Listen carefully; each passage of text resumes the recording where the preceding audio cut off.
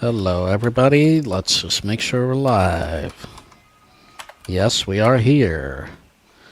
We're here. Cool. Whoa. It sounds like I'm loud. Sounds like you're loud, huh? Let me see.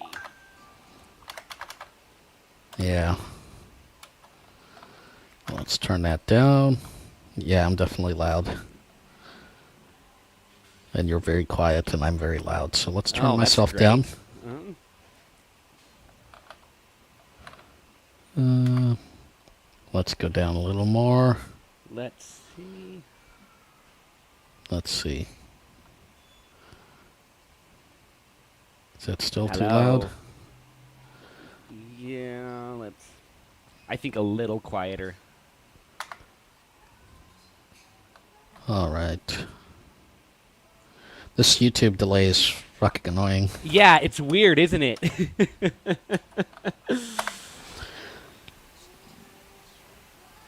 It's like 2 seconds All right. behind.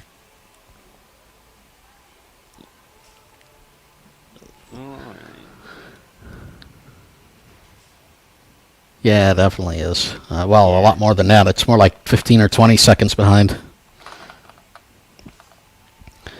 Which makes it difficult for actually testing it. Right.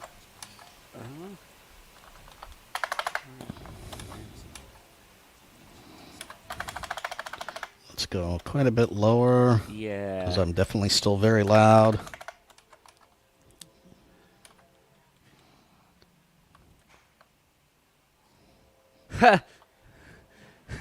Yeah, you're a bit louder than me still. Yep, you're just very quiet. No. I don't know. Now at least to me, now we sound about even. Yeah, we're good now.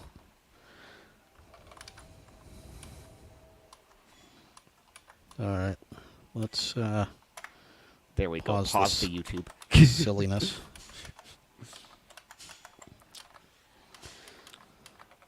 Well, hello everybody, and welcome to this episode. We haven't been live in a bit.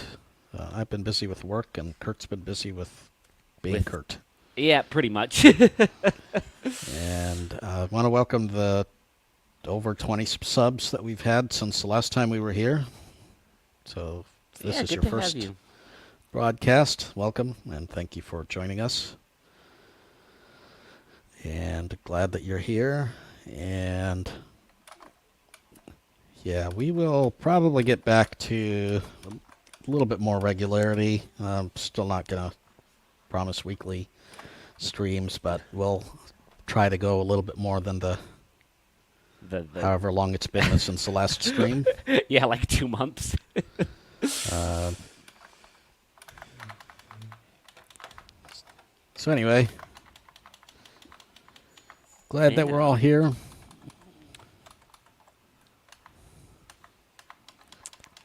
Let's see. I don't see any comments. None yet on my end. All right. So we're here to talk about strap. Nope. Ara. Ara. Gotta say the right name. Name's been changed. Gotta call it the right name. Kurt's got a stick out. He's gonna, whack me Yeah. with it every time I get it wrong. We're gonna call this thing Ara because that's their name. So what is Ara? By the way, today's stream, this is the discussion. This is what we're talking about because we both received our units. Yep. So we're not gonna do the whole news and every other thing. There's plenty of news sources, plenty of podcasts out there if you're interested in the news. We might cover that at some point, but we're not gonna do that. So we're just gonna focus on this Ara. What is it? Kurt, do you want to tell us about it? Yeah, so basically what it is a little tiny, it's like a plastic, I picture it, it looks kind of like a Darth Vader suit box. It's got these little straps you put over your shoulder, put your arms through, and it rests kind of on your chest. And it's got a bunch of sensors on your front. It's got 2 volume control buttons on the side, a power button on the top, and then a menu button on the left side. And then it's got LiDAR sensors and ultrasonic sensors on the front. And you have 3 different spots where it's got vibration haptic motors. It has one on the kind of chest pad that touches your chest. Apparently there's 6 actuators in that thing. Oh yeah, 6. Okay. Yeah, and then there's 2 that are like shoulder height, and then 2 that are like waist height. I was just thinking the 3, chest, shoulders, Sure. waist. But you're right. Yeah, you're right. There's definitely one on each shoulder and one on either side of the waist. And the idea is it's supposed to use those sensors and vibrate when things are in front of you at the corresponding height. So the, top sensors for higher obstacles, the middle chest level one for the, middle level, and at least in theory, it's not quite ironed out yet, but the lower level sensors for ground level and steps and things like that. Yep. So this device can't really tell you what objects are, but it will kind of tell you, in theory, a little bit about the distance, and it will tell you about the height. So I kind of, in past episodes of this thing, I've related this to using a guide dog, wherein a guide dog doesn't necessarily tell you anything about the obstacles. It just either avoids obstacles or stops at an obstacle. In this case, you're the human being, that you're the kind of the dog, but the strap is giving you the same, Ara is giving you the same information, so that you can avoid obstacles before you encounter them. But just like with a guide dog, you don't really know what the obstacle is. So, also just like a guide dog, you don't know, like for example, with a cane, you have an idea of all the things that you're passing by. Yeah. With Ara, you don't necessarily get that information at all. You can kind of get information that maybe something's in front of you, but that's about it. So if you want to, you can avoid obstacles and kind of do that whole thing, similar to walking with a guide dog. All right, so when you get the box, I think the presentation was generally pretty nice. It was, it was a box in a box. And when you open the first box, that was kind of like mummified and a bunch of tape and stuff. But the second box was pretty easy to get into. Yeah. It had just like this flap thing that you lifted up, and then when you lift it up, straps just kind of right there in the middle with 2 smaller box sleeve things to either side, with one of them having the headphones and the USB cable. Yeah, it's got a USB-C. Yep, USB-C cable. For whatever reason, I plugged it into one of my chargers and it did not charge. Oh. So I plugged it into my computer and it did charge. So I don't know, it might be a little bit picky about which cables and chargers it uses. I think they say something like 24-watt charger is what they recommend. They specifically recommend the Anchor one. It's kind of funny. Yep, it's an Anchor charger that they recommend. I don't have that, and I think I first plugged it into like a 45-watt charger or something, because that's what I had laying around. Yeah. And it didn't hurt it, but it also didn't really do anything either. So I just plugged it into my computer, and that seemed to work. Yeah. All right. The box also has an armband in it that is supposed to be to identify you as blind, that I haven't really used for. Yeah, it's so one of the things that a cane does for you, and you can get these things to put on a dog's harness, and a lot of harnesses have this reflective tape anyways to make you more identifiable, and especially in the dark. So this is more like a reflective type armband that will maybe make you more reflective, stick out. Yeah. Okay, so we're going to give you a little bit of an unboxing or a little bit of a tutorial on using this device. And because I found their tutorial to be a little lacking, Yeah. and I have provided this feedback to them. They said that they're going to fix it, but for example, one of the things that they don't do is tell you exactly where all the buttons are. So that's why we're going through this. So we're going to tell you a little bit about, kind of a little bit tutorial about going through the setup and that kind of thing, and what it's like to use. And we'll save the Commentary. commentary until the end. So at least you'll have a better idea of what the product is like. We'll try to be fair about it. And we'll tell you what we think at the end. So the product, as Kirt has described it, has the power button on the top of the device. So when you're holding the device, the power button should be closest to you. On the left side is a menu button, and on the right side are 2 volume buttons. And throughout the rest of the device are just a bunch of sensors. And there's a headphone jack. Kirt, where's the headphone jack? The headphone jack is right next to the volume buttons. Okay, all right.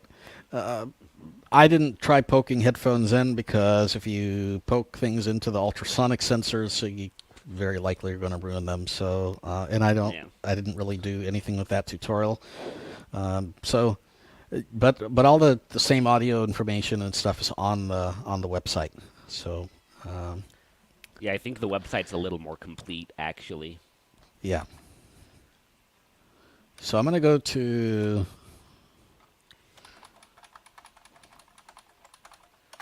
strap.tech. And that's where their website is. By the way, for anybody who's interested in pricing, we'll just get it out of the way right now so that you can stop listening in case that's what you want to do. I'm not going to save it till the end. I'll just tell you, even though it's going to hurt my views, I'll just tell you. If you want to buy strap, it is being sold for, let me just make sure I give you the most accurate price. Let's go to the order Ara. $990 or 4 interest-free payments of $247.50. That is the price of Ara. All right.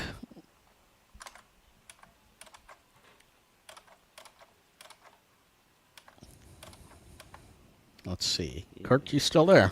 I'm here. Okay. They all right, raised I the wanna make price sure. on us, didn't they? Didn't they? Yes, price has been raised, and they say that the pre-orders have been delivered. Batch 1 has sold out, and batch 2, that's what they're on now. That's the $990. So, all right. So if you want to go to the tutorial section, you're going to go to strap.tech, and then on that site there's a section that says onboarding. So let's go to onboarding. And when you go there, there's a couple of links. There's first steps, learning mode, troubleshooting guide, user's guide. Let's just go to, well, let's see, actually. Let's go to learning mode. This is a very simple mode.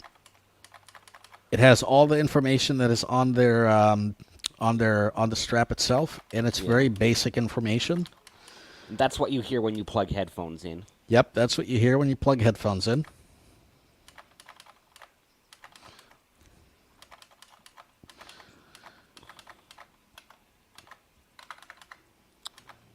So actually, what I recommend that you do is, instead of going to this tutorial,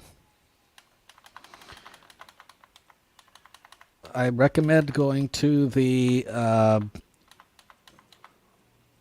let's see, what is that section called? The onboarding section. Yeah. Yeah, that's better than the learning mode I found. So go to the onboarding section and then go to the first steps link. There's a first steps. I think it's a little bit better than the tutorial, a little bit more complete. The tutorial is kind of meant to be a little bit more hand-holdy, maybe interactive, except not. The Right. first steps are more like this is what you should actually read and follow. So go to first steps, go to English, and then there's two links. There's a before you get Ara, a bunch of meaningless nonsense. Skip it. Sorry, strap company, but I think it's worthless, so skip it.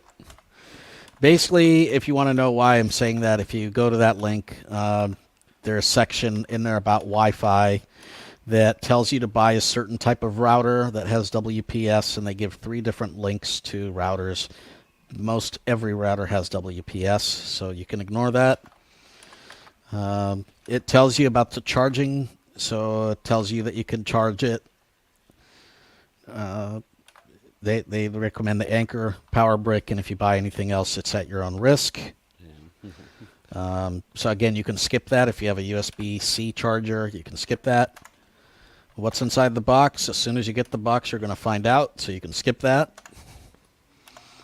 So that's why I say that. I don't think that section is very helpful. I mean, maybe if you're anticipating your strap and you want to know what's inside the box, you can, read that section. Yeah. But instead, we're going to go to the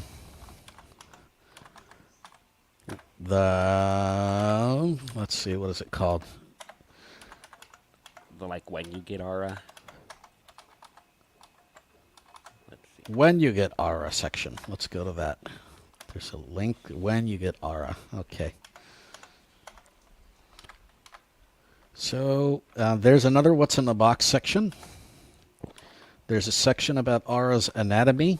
I think that means what the device looks like. But that's anatomy.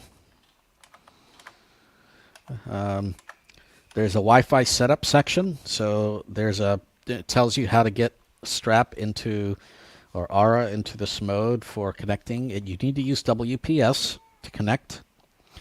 And your router either has a button or you can initiate WPS through the web interface of your router. So if you're not sure how to get WPS going, you'll want to figure that out with your router if you want to connect this thing to the internet. And you will need to connect it to the internet in order to receive updates. So it gives you the step-by-step for how to connect it. And I followed those steps, and it worked pretty well. I didn't have any issues connecting to Wi-Fi. So you have to hold down the volume up and the menu button for about 3 seconds after you turn the device on. First, you turn the device on. They missed that part in their instructions, so I'm just telling you. You turn the device on first. Then you hold down volume up and menu button for about 3 seconds, and it'll play some tones, and it'll go into the scanning mode. Hit the WPS button on your router, and that should be it. It'll play some beeps, and your router will tell you that it's connected. So, and strap will play some beeps, and then eventually it'll reboot.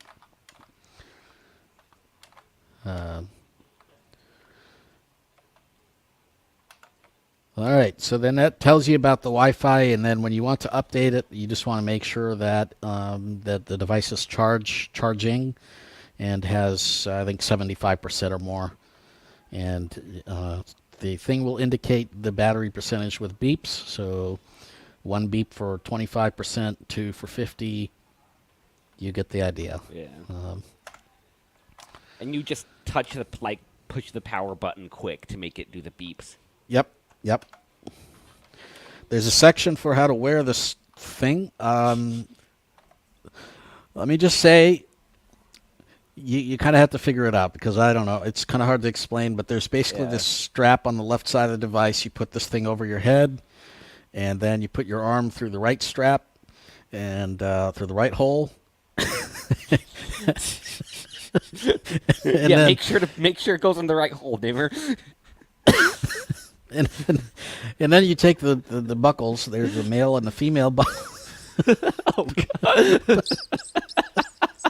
This is getting worse. All right. Point is, Sorry. You should be able to figure out how to connect this thing together to wear it. I'm going to play their instructions just to give you an idea of why we're trying to give you these instructions. But maybe their instructions make more sense than mine. I'm not sure. So let's play the how to wear Ara link. I'm going to share this. Okay. Let me see. Share screen. Chrome tab.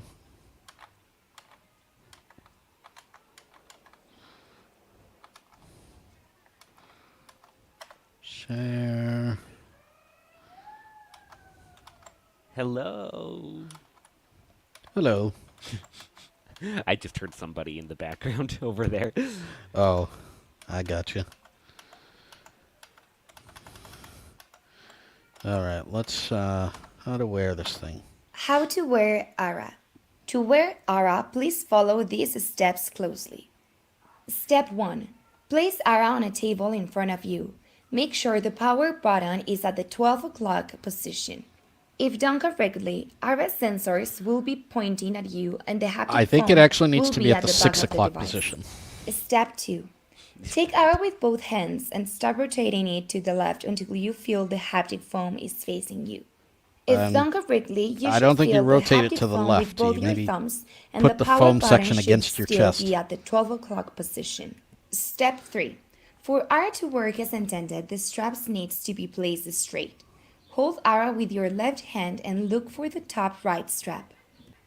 Using your thumb and index fingers, start going up the strap, making sure it is straight. As you go up, you will feel a haptic actuator embedded into the fabric. Then, you will find a plastic hoop and a second plastic hoop at the top of that strap section. Step 4. Now look for the left top strap and repeat the process to make sure it is set straight. Step 5. Hold Ara with your left hand and make sure the haptic foam is facing you. Place your right hand under the right and left top straps and hold them while keeping your thumb on top. The straps should be resting on the palm of your hand, and you should be able to feel the haptic actuators with your thumb. Step 6. From this position, raise both hands to your eyes level. Use your right hand to move both top straps to the right to get them out of the way and gently let the haptic foam rest against your forehead. Take the left top strap and pass it to the left side of your head. As you do this, your head will end between the top left and right straps. Slowly set your hands down and Ara should remain hanging freely from your neck. Step 7. Once Ara is hanging freely from your neck, the top and mid right straps will form a loop on the right side. To put your arm through that loop, imagine you are putting on a t-shirt and just drive your arm through that loop as if it were a t-shirt sleeve. Once your arm has gone through the loop, adjust the mid-right strap so that it feels comfortable. And while doing that, please check that the strap is straight and not twisted. Step 8. From this position, search for the female plastic buckle, which will be hanging from your back. Just use your right hand and reach around until you're able to hold it. Now, joint both sides of the buckle to securely fasten your Ara system. Before pressing the power button, please double check the following. Number 1. The straps are not twisted, otherwise, please set them straight. Number 2. The device resets snugly on the middle section of your torso. For people with ample breasts, please make sure the device sits below your breasts and not on the top, otherwise the sensors might not be aligned correctly. Now, you're ready to hit that power button. Hit that power button. All right. Yeah. So, We've got a couple comments, it looks like. do we? We do. Good. What are people saying? We've got Dark Inversion saying that they just got theirs yesterday. And, Cool. And I agree. They also said that they just put it on. It was pretty self-explanatory. I personally just kind of had to play with it for a minute and figure out how the straps worked, and that, was more use to me than those instructions. But Yeah, so think you'll they're- know when you have it on because you got one there's two sets of straps. One strap's kind of going across your around you like at I don't know, shoulder chest level, and the other one kind of like a little bit around waist level, somewhere around there. And the straps device will be with the sensors facing outwards, with the power button facing up, and the volume buttons they're facing to the right, menus to the left, and the part that's against you is the part with the foam. That's the best I can tell you, because if you try to follow those instructions, I feel like maybe you need a PhD. But do we have more comments? Looks like just those two that I can see here. Okay. All right. Now, the next step that you have to follow is this calibration process. Well, unless you want to connect it to Wi-Fi, you can always connect it to Wi-Fi. As I said before, hold the volume and the menu button until it beeps, and make sure that you're at your router and that you enabled WPS. So, pretty self-explanatory. But the next thing that you'll need to do is to run through the calibration mode.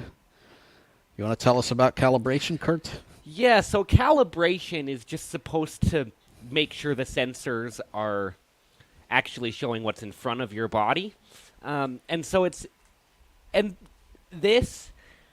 learning mode on the device doesn't show you this. It's only on the website.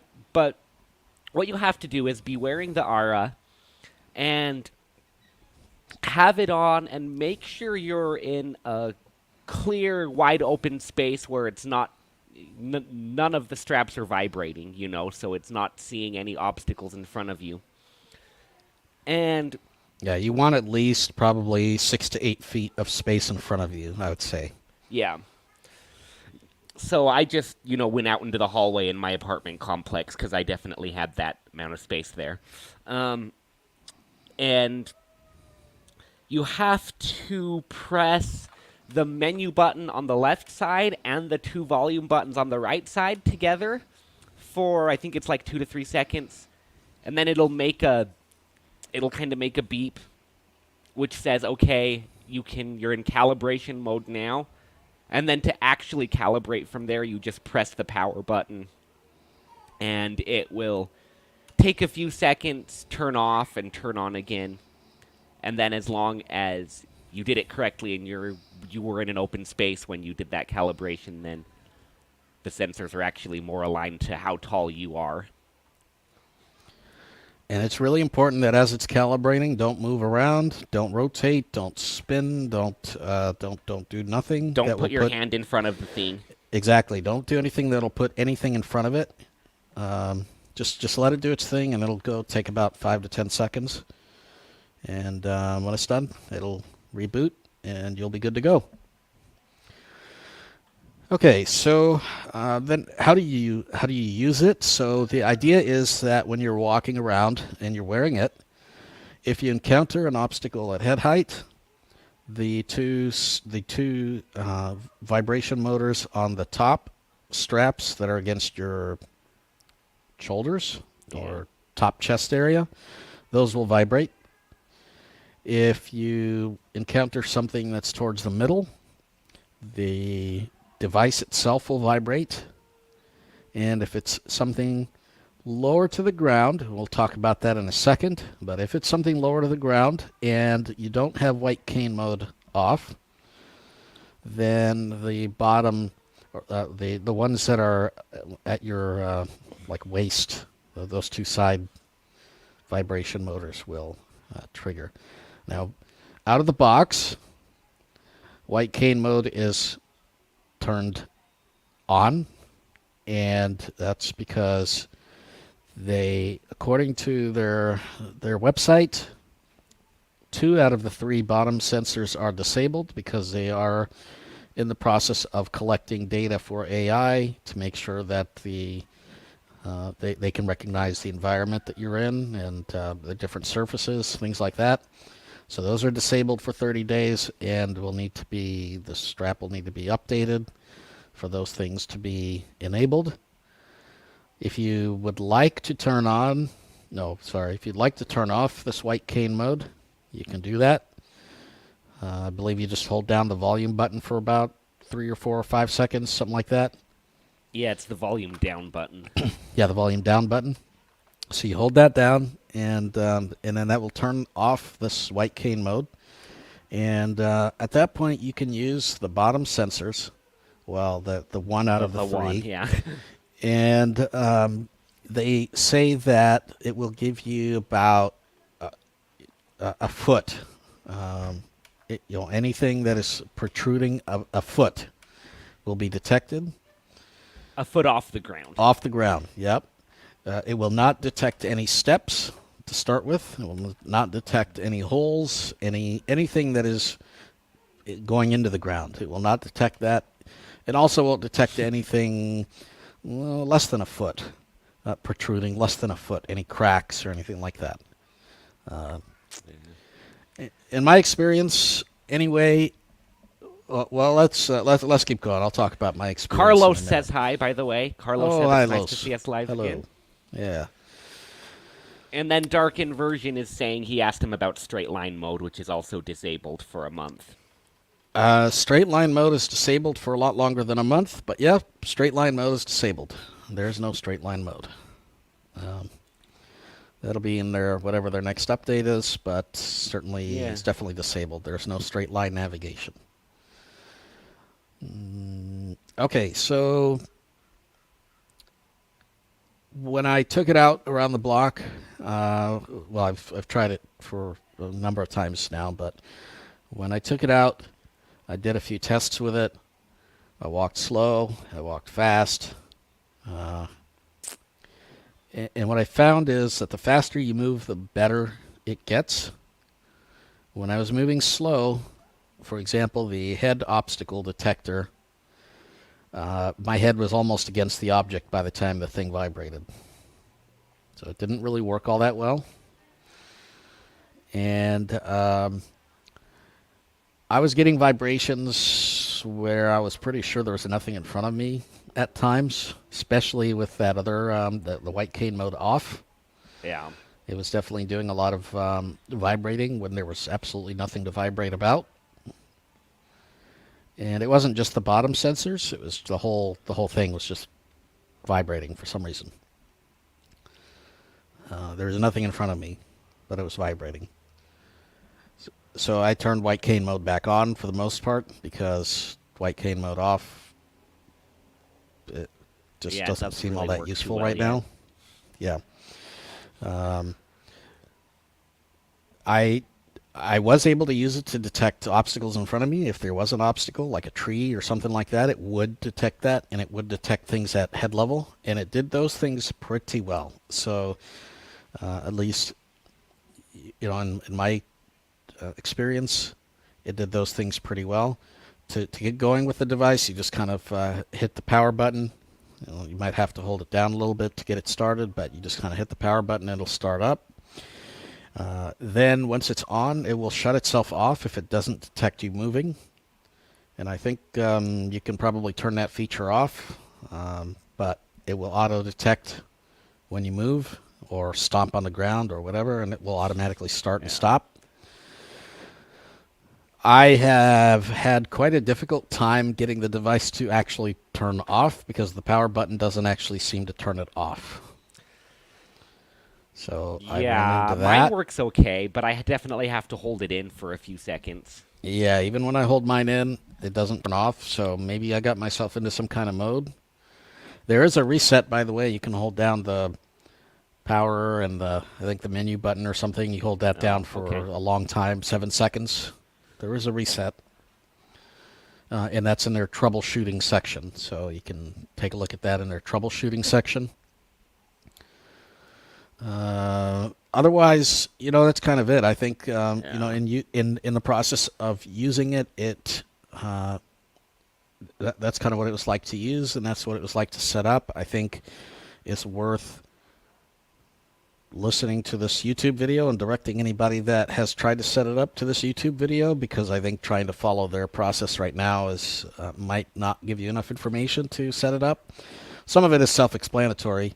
Like I said that you should hit the power button before you get into Wi-Fi mode, and I think that a lot of people probably will figure that out, but Right. it's not documented, so... Yeah, but certainly if you haven't seen this or read any of their stuff, it's hard to know what button's what. It is, and also the sounds are... so I guess we're going to get into our feedback, but the sounds are not very self-explanatory. Yeah. Like it just beeps, and you don't really know why it's beeping. One of the hardest things I've found is just trying to figure out like when white key navigation mode is on or off. Yeah, I would literally just put my hand or like walk towards my bed, Right. and Yep. if the white cane mode was on, the waist motors would kind of vibrate. Yep. Or if it was off, rather, the Yep. lower motors would vibrate. I basically keep white cane mode on. I mean, I've had this thing for 2 days. I've tested it a bit. It definitely seems to work better for me in the white cane mode on right now. There Yeah. are... I don't know if there was anything else before we went into, like, our take on it.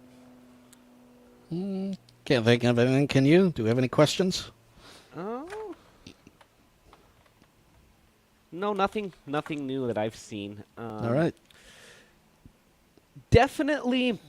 So, there are a few things in the tutorial that I found aren't fully implemented yet. For example, it says that the vibration pattern is supposed to get more intense the closer you get to an obstacle. I've found that it's a pretty constant vibration pattern, whether I'm, a foot away or 3 feet away. It's kind of the same vibration. But when I'm using the white cane mode, especially if I'm walking fairly fast, that doesn't matter so much because I'm looking for tree branches or signs or things that, are higher than my cane would be hitting. And, really the important thing there is just to know that something is coming. But I don't know. It definitely seems like a work in progress right now, which shouldn't be surprising for a early version of a thing. And I think the reason that matters that you can't tell the distance is that they have it in a mode where it automatically increases the detection distance depending on how fast you walk, but there's nothing to indicate what that distance is. So they say the faster you walk, then the farther out the detection mode is. But there's nothing that really tells you, oh, you're walking this fast, so now it's farther out, or there's no control of it. And so that's why having something like that where it vibrates a little bit more for a closer distance would help. Yeah. If it does do that, the vibration for closer distance is very subtle. I don't personally think it's doing it, but if it is, it's very subtle. Yeah, I'm certainly not noticing that. I definitely think they need to iron that out before they turn the white cane mode off by default, because it seems like for ground level things that distance would matter more. Yeah, it would definitely matter more. So, yeah, there's a big difference between like 6 or 8 feet away versus, hey, it's like 6 inches away, or... yeah, when it's a curb or stairs or something. Yeah, exactly.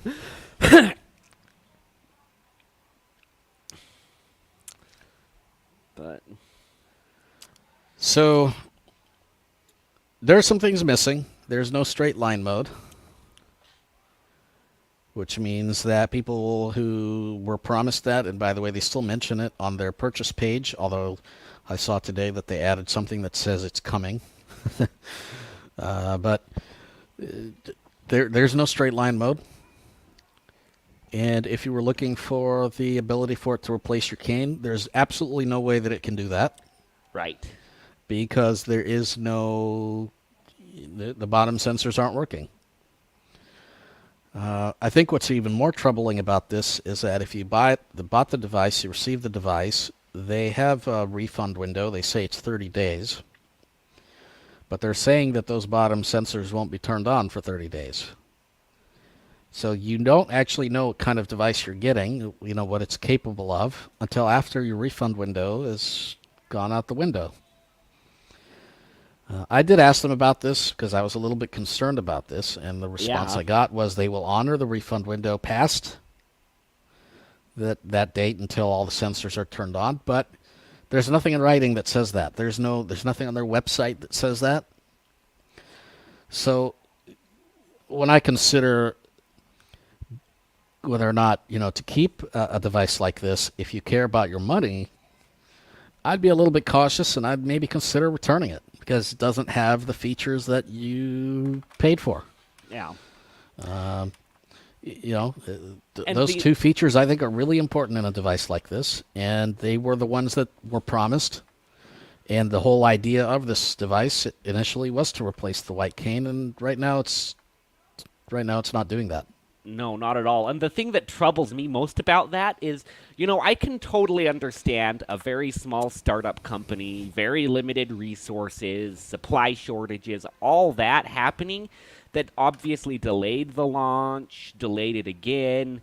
The thing that's troubling to me, though, is just kind of the lack of communication, you know, how you have to actually get the thing and go pretty deep into the documentation to realize those features are turned off. You know, that needs to be spelled more clearly out when you're buying the thing, in my view. Yeah, it's definitely not on the purchase page for sure. So if you're going to buy it right now, there's nothing on the order page that, you know, that says these features are disabled.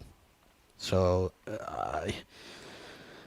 that bothers me. And then, you know, because it's been delayed so much, I'm just like, well, okay, I would have been a little bit annoyed, but is it better for them to have delayed it a month to Yeah. ship a working device than it was to release a device that is it's not doing what they say it was going to do? To Yeah, me, I they would should have waited. I would have waited too. So this is going to them. I think they need to clarify their refund policy, and they need to extend it. They need to say we're going to give you a 3-month refund or a 6-month, whatever it is, until these features get released. And it needs to be in writing on their It needs website. to be in writing on their website, because otherwise, I think people who bought this device who expected something aren't getting what they expected. Yeah.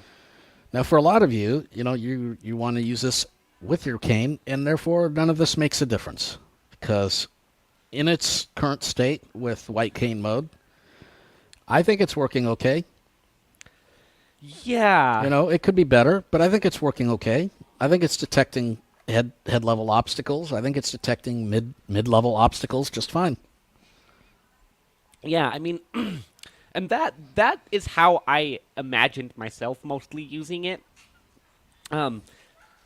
However, I still think for me personally, it's still kind of at a point where it's like, yeah, it's doing those things, but making sure I'm wearing it, making sure it's on, dealing with, you know, my neighbors and everybody asking me what the hell this thing is I'm wearing. Like, in its current state, that's almost for me now more hassle than it's worth giving me, you know, feedback about tree branches and stuff that I've been dealing with for years. So I don't know. Like, that is useful. I'm not saying it's useless at that. It does those head level, chest level obstacles pretty well. It's just, you know, I question whether that certainly is worth the $1,000 price tag. Well, yeah, we'll get on to the price here in a second, but I mean, I think, like for me, I don't personally care what people think about it, and if it's functional, I'm going to use it. So in my mind, like I already knew this device is going to be weird. Yeah. You're wearing this device and it looks weird. Yeah. It does. It looks weird. It looks very strange. People will ask questions. People will look at you weird. But, you know, people stare at me because I walk with a cane. People stare at the Sure. dog and ask questions about a dog.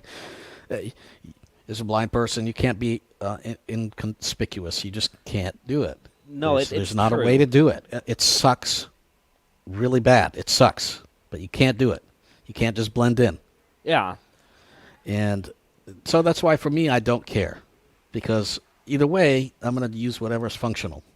You know, the strap is if it's functional, then I'm going to use it. If it's not functional, then I'm not going to use it.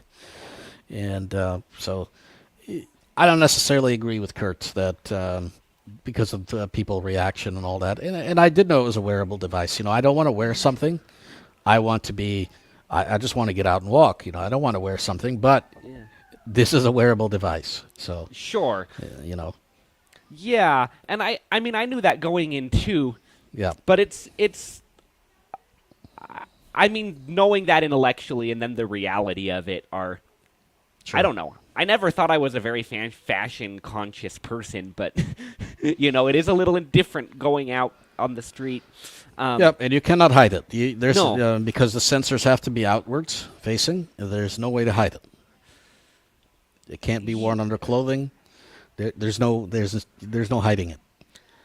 Yeah, and it's like It's not huge. It's not but it's definitely people definitely notice it. Yeah, and it's like I'm already using a cane, so of course I'm already standing out. But Right. it's like I just kind of question, in addition to the cane, and just kind of the hassle of. And again, I knew this going in, right? I'm not saying anything that is new, but you have to put it on. You have to make sure you're wearing it. You have to, if it's raining outside or whatever, then like it's limited. Yeah, this is the other thing. If there's any chance of rain, keep the device home. Yeah. Don't bring it with you, or bring a plastic bag or something. It's not going to work. Which is, again, was a known thing. I could have said that to you 2 years ago. It's an Right. electronic device, especially it's using ultrasonic sensors. You can't make that thing waterproof. You can't do it.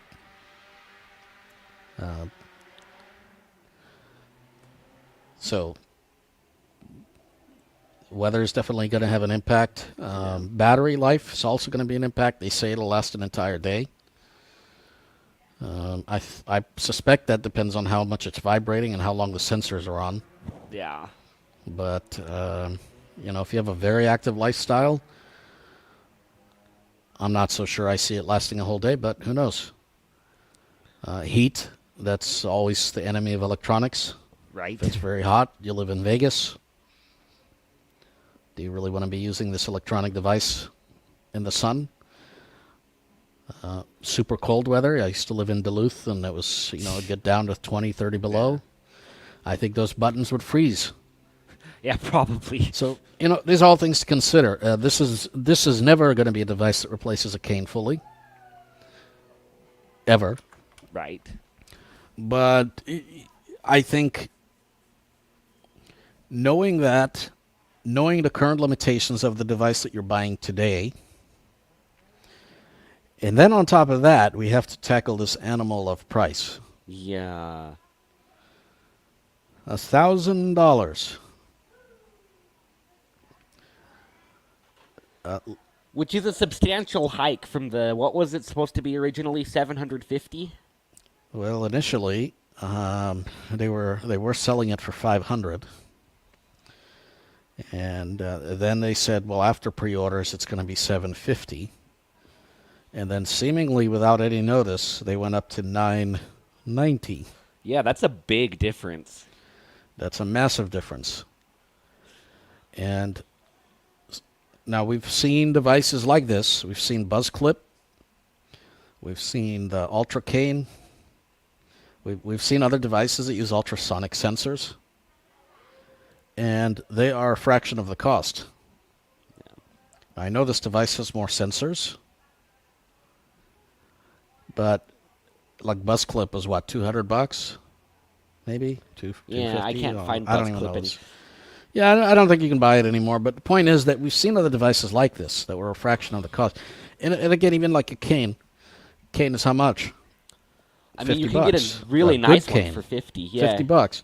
I get So- my free NFB cane twice a year. Like, So, tomorrow you're walking outside and your strap gets wet from a sprinkler, or something gets into the sensors, or the vibration haptic motor, one of the haptic motors die, or the strap snaps while you're putting it on, since it's not really replaceable. Yeah. It just snaps. one of the cables detaches, whatever, any number of failure points on this device. Um, then what do you do? You know? So I like the idea of cane replacements or even cane augmentation, but for $1,000, I think I have to look at this device as having way too many limitations for that. If they were selling it $200, $500, maybe we'd have a different story. I still think it's a lot of money for a device that isn't delivering like what they said it would at launch. Yeah. what they said it would. But to now be selling it for $1,000, I don't see myself paying that price. Yeah, and I literally didn't know that they had raised that price until this podcast. I had looked at their website up until a couple days ago, and it said $750. Yep, they just very they pulled a fast one on us. Yeah, it was very recently increased. So, I think I support the company. They're a small startup. Yeah, They're trying to do something that other companies have failed at. They're trying to do something that blind people themselves say they don't want and is crap. And in reality, I think the reason that blind people say this type of thing is crap is because companies like this are doing this kind of thing. They come up with devices that don't work, that promise too much and can't deliver, that cost too much, whatever. And I think, right now, as it stands today with the device that I have in my hand, Strap is doing the same thing. I'm sorry to say that, but they're doing the same thing. In a month, we can revisit this conversation. If the lower sensors start working and I can put my cane away on dry days, which in California is more than half the year, then we're having a totally different conversation. Because then I hate canes. I'm no longer using a dog. I can actually see it as a device that is worth using. Sure. If it's doing what it promises to do. Right now, it's not doing that. And I have a really hard time recommending someone go buy something, no matter what the price is, for features that are yet to come. And, hopefully they do come, but... Yeah, it's one thing if maybe in effect we are beta testing buying a round one of a product. Like, of course. You should know that. But I still, the product we have now, I feel like is something that testers should have had a few months ago. Yeah. And they didn't really do, it seems like, and I'm not sure if they did testing here in the U.S. I'm not aware of anybody that was using it here in the U.S. Certainly we weren't invited to test it here in the U.S. And we've been very close to the company. So I'm not sure who was actually doing their testing. And I think, they really should have sent it out to testers first. And should have had some of these features turned on, or they need to remove that language from their website and stop promising that they're sending out these devices with certain features that are not working. Yeah. We've got Dark Inversion here saying that. Sorry, I didn't mean to interrupt you, but he's basically agreeing with us, saying that he'll keep the new tech, but they could have launched it a lot better. Yeah, and I will also keep it because as people who pre-ordered it, we got a great deal on a device, and I'm certainly going to keep it, but only because I won't miss that money. If I really needed that money, and I was counting and relying on this device to do what I wanted it to do, and I didn't want to support an upstart company, I would be returning this device tomorrow. Yeah. In fact, I would go today. I would be leaving this podcast and walking over to FedEx, 2 blocks away, and dropping it in the mail. Because for me, it's not meeting my needs. Yeah. And frankly, I probably need the money more than you do. And I might be doing that. I haven't decided for sure yet, but, it's right now not worth even the $250 that we got on the promo originally for me. Yeah. And so some people did get on that, in on that price when we were offering it here. Some of our viewers did get in on that 250. Some people got in on the 500. Yeah. But either way, it's still a lot of money for a device that is just not meeting expectation. And so I'm really hoping. I think they would go a really long way by updating the terms on their website for the return window.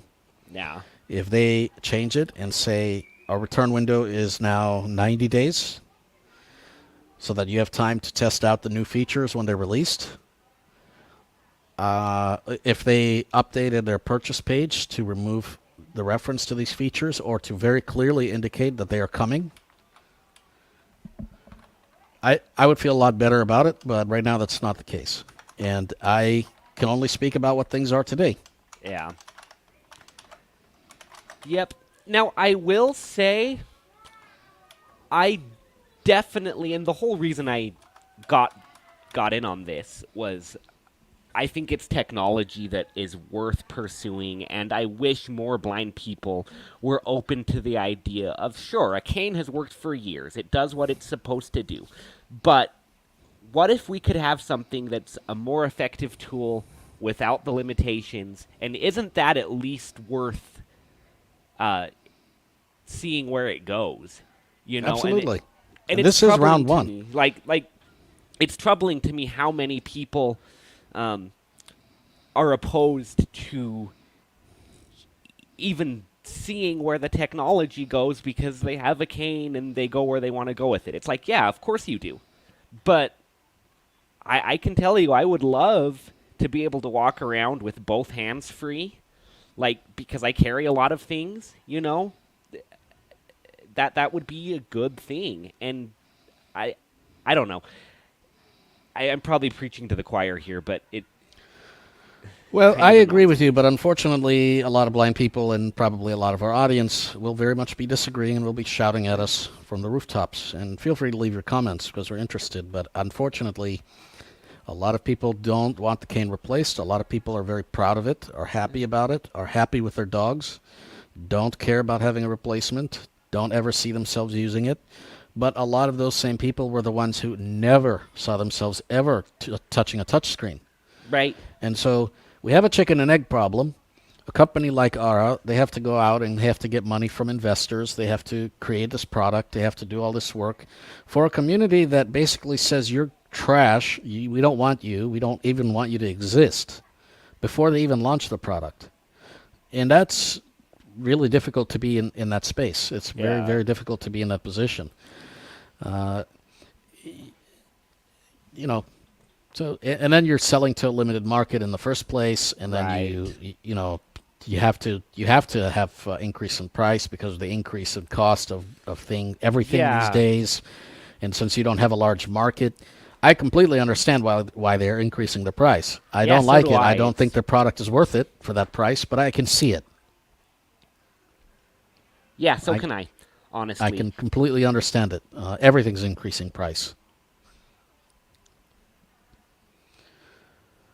But the frustrating thing to me is if we had something that gave all the information that a cane or a dog does, maybe gave more information, and, was more refined, easier to use, I suspect at that point a lot of naysayers in the blind community would be a lot more willing to give it a shot.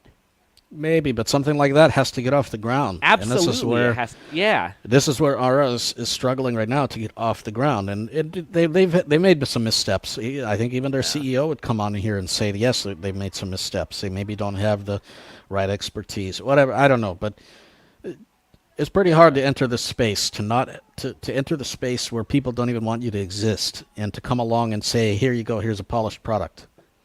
That's pretty difficult to do. So I give them a lot of credit for even trying, and I really hope they continue, and I hope they get more money for round 2. And I hope that this thing does improve. And, even with its existing sensors, I hope that we do get those features. Yeah. Because if it does the things that it's intended to do, to me it's worth it. No, it's ugly. It's not, it's not very fun. It's not good to wear, and Yeah, it's not great in the rain and all that, but you know what? Even for what it does do, yeah, to me it's worth it. And hopefully So those other limitations can only get better. we have in the comments here, Dark Inversion again brought up the Sunu ban, saying that there's actually a lot of Yep. value for money there. Can you Yep. still get a Sunu band? Yes, you can. As far as I know, you can. And that is using an ultrasonic sensor that is on your wrist. It's basically a watch, and it pairs with an app too. And yeah, and it works pretty well. I think the biggest problem with something like that is that you always have to have your wrist pointed in a direction where the sensor works. Yeah. And that's why I think they chose to use something like that that you wear on your chest, because that part of your body doesn't tend to move too much. Right, generally. And generally, unless you're, I don't know, doing weird A things. break dancer. Yeah, exactly. So I think the concept is good, and we just need the implementation. It also has a lot more sensors than does Yes. yeah. So And it seems like right now it's not even using the hardware that it has to the no, fullest. it's not. And I know, like for example, this device has Bluetooth, and they have said that they are looking to come out with an app in the future, but there's no app. They want to make updating. They even say on their website that Wi-Fi, they know that WPS is not ideal, so they hope to come out with a better way of updating the software. And I think they can do all of that, but they didn't do it at launch, and we can Right. only talk about the device that we have today. Yeah. And I mean, just trying to be objective here, it seems like there needs to be a company with a lot more money and resources to get something like this off the ground. You know, Yeah, but they have to see something in it for them, and there's no PR Right. for replacing the cane since nobody wants it. yeah, I see that. You know, like for a company like, I don't know, Apple or Google or whatever to get involved in something, like you have to have some really good marketing, you have to have Yeah. some good PR behind it. It's something that people really want and value, and I don't know, maybe that's not always true, but it seems like it is. Like a lot of the companies, the bigger companies, get behind flashy things Yeah, and things that really get a lot of attention. And so I think I'm not so sure that they would get into the mobility game. You know, like now there's an iOS app recently been released that will identify when lights change at intersections. Why doesn't Apple do that with Seeing AI, or Microsoft do that with Seeing AI? Why doesn't Google do it with Lookout? yeah, Probably because they don't want to take that risk. yeah. I can't even say I blame them, really. And blind people don't seem to want it. Clearly, we don't have people, we have a lot of people that say, well, I can tell when the light changes. I don't need that crap. Yeah, and I mean, I understand that, and I mean, personally, I kind of I feel don't that. understand it. I really don't. I don't want to have to be depending on a phone that might die or might, struggle. No, in of the course not. But right now, we have no way of knowing when the light changes, unless the light has an APS. We have no way of knowing. If there's enough traffic, of course, you get a surge. But what happens Right. if it's a windy day, or there's not enough traffic, or there's no traffic, or whatever? I don't know, like one of those irregular intersections. There's still a light, but you can't really... Like I have one of those kind of T intersections. Yeah, There's a light, but there's not enough traffic to know when it changes.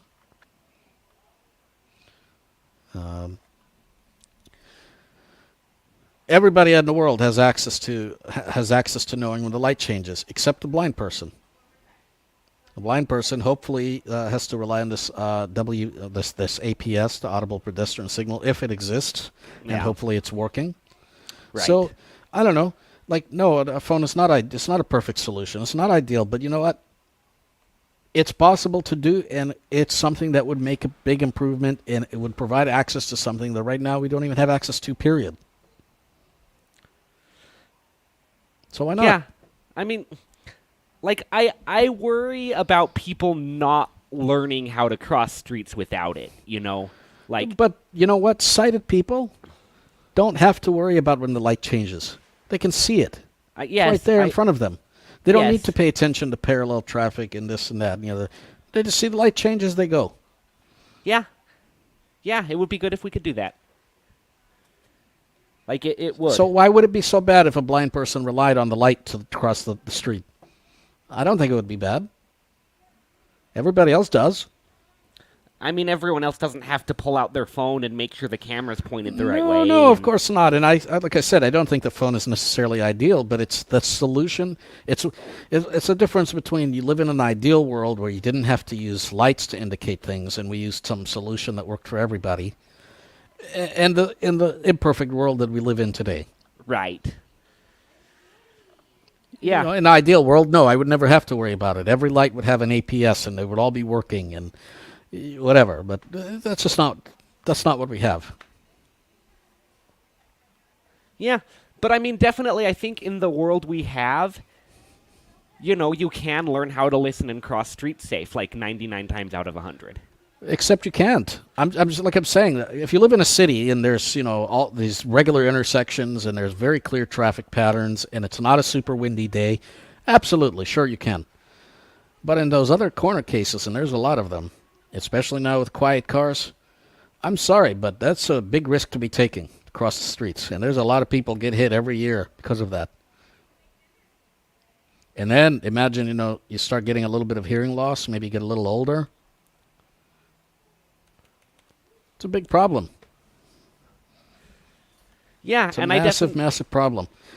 So I resent the people that speak for everybody. Like NFB speaks for every blind person. I very strongly resent anybody that does that. Say, Yeah, so do I. Yeah, we have these solutions. Well, actually, you're only considering where you live, in your environment, in your use case, with your level of hearing. Then it works for you. Very good. But unfortunately, when these companies, they talk to somebody who says they represent blind people, that's what they get. So I don't know. Companies like Google or whatever, they have no reason to really innovate or think outside the box because, Yeah. well, why not? Blind people can cross streets. Don't worry about it. They don't even want your solution anyway. They already can do it. They don't want their cane replaced. They already have one. And they're proud of it. So I don't know. I resent companies that or entities that speak for a community of people Sure. because they don't represent me. Yeah. And they don't represent the majority of people out there, as much as they like to say they do. Yeah, that's probably true. I will say, though, I personally had some concerns with a lot of the pre-marketing that Ara Strap did with, I remember they sent out an email on Mother's Day that was all about, like, the tragedy of being a blind mom, that kind of, it's like, that doesn't really help marketing to blind people, especially in America, where it's already going to be an uphill battle for you. Like, I think they needed help there. I'm not so. Yeah, I think their marketing wasn't great, but I stopped paying attention to that kind of thing because if I paid attention to that kind of thing, I wouldn't use any product marketed towards blind people. And what I mean by that is, the way these companies make money is by making blindness seem tragic, seem like a really bad disability. That is how they make money. That is how they get investors. That is how they get people to pay attention to them in the media. Ira did the same thing. They had a lot of really, really horrible PR stuff. They got the World Blind Union involved, and I don't know. They've done all kinds of really crappy things, and yet everybody and their uncle uses Ira. Yeah. A lot of these companies, these guide dog organizations, they're always talking Oh, about yeah. how poor blind They're people the are, worst. and they're giving blind people all this independence, and blind people wouldn't be anything without them. And it's sickening. It sucks. It's terrible to be portrayed that way, but that is how it is. That is how these companies market, and they have to do it to make money because otherwise people wouldn't give a damn. If blind people were very capable and could do everything, people wouldn't give a damn. Yeah, except for ultimately, well, maybe that's actually a good question, is it seems like they're marketing more towards like grant providers and other Of course, venture capital. They than have to. actual, Yeah. they have to. If they didn't do it, they would have no funding. They have to market towards grant providers. They have to probably market towards state agencies. They have to market towards anybody other than you and me, because you and me are not going to make up the largest percentage of people who buy it. Never will. Because people like you and me are probably on Social Security, on low income, whatever. How many percentage of blind people are unemployed? Don't have any income coming in or have disability. Yeah. And again, that sucks to portray it that way. You know, there are plenty of blind people who are employed and are working and all that. You know, I'm one of them, but Yeah. you know that you get the idea. Like, most people can't afford this thing. Most people couldn't afford it if it was at $200, let alone $1,000. They're not marketing for you and me. Most people will never buy this thing. Yeah, except for most people will still have to convince their state agencies and whatever down the road. if it's gonna be No, viable, actually, like- Ara has to convince the state agency. Frankly, if they can get in front of state agencies, and they can convince them this product is worth doing, they've already won about 90% of the battle. You know, Freedom Scientific, people don't have to sit there and convince their state agencies to buy JAWS in most instances. No, that. Oh, you're blind. You need JAWS. Okay, here you go. Here's JAWS. And I think that, you know, a lot of blindness entities, like a note taker, you're blind. Oh, you need a Braille note. Okay, here you Yeah. go. And as long as your goal even remotely resembles anything to do with whatever, then yeah, here you go. You want a Braille display? Here you go. Yeah. And I think that's, I'm not sure that ARA is going to get there, but that's who they market to. That's how they get their money. Between that and their investors, so they can build round two. You know, when you're a company like that, that's how you survive. You have no other choice. What else are you going to do? Yeah, fair enough. As I said, you can't market to me and you, because me and you will never afford it. I have a full-time job, and I have to seriously think hard about, you know, when I spend $1,000. So, you know, is it worth Sure. spending? Yeah, most people do these days, but, you know, especially blind people, I say, is it really worth spending $1,000 on whatever? Yeah. It's a lot of money. Yeah, it's. Especially yeah. when you have solutions that maybe not perfect, but, you know, that's what we have That you've today, been- and they work. That you've been using for years. You've yeah. been using for years. And you're not even that convinced that you need a different thing. Yeah. So yeah, I don't think they're marketing for you and me, and I wouldn't if I was them, because if they did, they would probably not get any customers. Yeah. Maybe very fair few. enough. Like, they would get the early adopters like you and me, which they got anyway. Yeah. You know, but after that, their sales probably dry up. Who else are they going to get to buy? We're not going to buy it every year. Right. Yeah, and I mean, and yeah, we're probably people who care about marketing less than a lot of other people might. I know. So that's the thing. I care about marketing quite a bit, and it offends me when companies do that kind of crap. I know what I mean by I don't care. I mean, like, there's nothing I can do to change how they market, because their marketing works for them. Because if it didn't work for them, they wouldn't do that. But it works for them. If they were marketing towards me and they tried to market the way they marketed, they would never get a sale. Yeah. But they aren't marketing towards me. They're marketing towards the people that will give them the money, or the new grants, or whatever. And it sucks that you and me are in that position of being used for this pawn for this game. Yeah. But that's what all these companies do. Every single one of them. Humanware, Freedom, Science Fiction. They all do it. Every one of them does it. And it sucks. Yeah, I mean, I feel like they aren't as. I mean, they do, but I feel like they're not as blatant about. You know. I don't know. I read some of the materials coming out, and, you know, like Humanware, how much of a difference and impact they're making in these poor blind people's lives who didn't have a way to read without them. And now, I've seen all kinds of garbage being put out by a lot of these companies. I mean, you've probably seen more than I have. You've been around this industry I've- longer than me, so.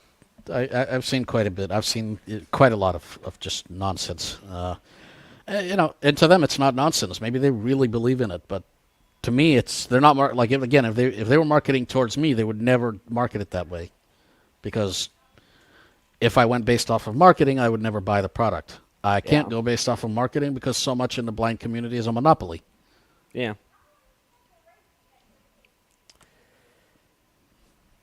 And they all seem to market the same way. You know, how many services like Ira are there?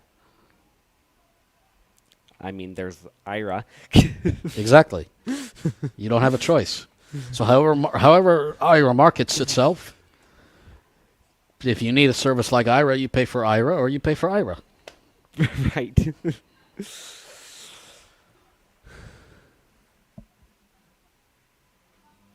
Yep. Anyway, I hope that this last bit was not really a shit session on Ara or Strap, because that's not what I intended it to be. And really, I completely understand the company is a startup Yeah. and all that. And you know, I actually have found them delightful to communicate with, in that when I do reach out to them, they respond and they fix things. Some of the issues on their website I've pointed out have been addressed. So I have to say that, and I appreciate that. And they do have the ability to. They sent out an email to schedule a call with somebody to speak to them. I got an email about that. You can Oh, that's schedule good. a call if you want to speak to them, and I did that, and I actually ended up speaking with the CEO. So, you know, things like that kind of tell me that the people at the very top of the company care about this and want this to be successful. I'm not saying that they're necessarily doing all the right things, but they're invested in it. They want to see it do well, and I support them for that. More than anything else, I support them for that. Yeah, it's definitely good that, you know, I don't know, that people are invested in. Well, I guess that there's some people invested in trying to make technology that's better, Right. but I really hope that they succeed. I hope that we get alternatives. I mean, 'Cause yeah, right I now, would, you basically I are would love- using a tree branch, and I know people who are blind hate me when I say that, but you're using the equivalent of a tree branch. Okay, maybe it's got a little better tech in it. Maybe it's got a string in it. Maybe it's made of lighter material. Fine. You're still using a tree branch to navigate. Like, come on. We got to do better than that. Yeah, and I think we can. Like, I think I it's think we can too, like, but I don't think that most people want that. But that's why I'm really glad that that Strap is on the scene, and they're working on the problem. And I hope other companies do the same. yeah, I think we need more competition in the space. Like, Yep. All right. Well, Kurt, anything else to say before we wrap it up? Do we have any more comments? let's see. Anybody want to throw things at me? Oh, Dark Inversion is saying Sunu's on a payment plan. Wow, I can talk. Payment plan. Yeah.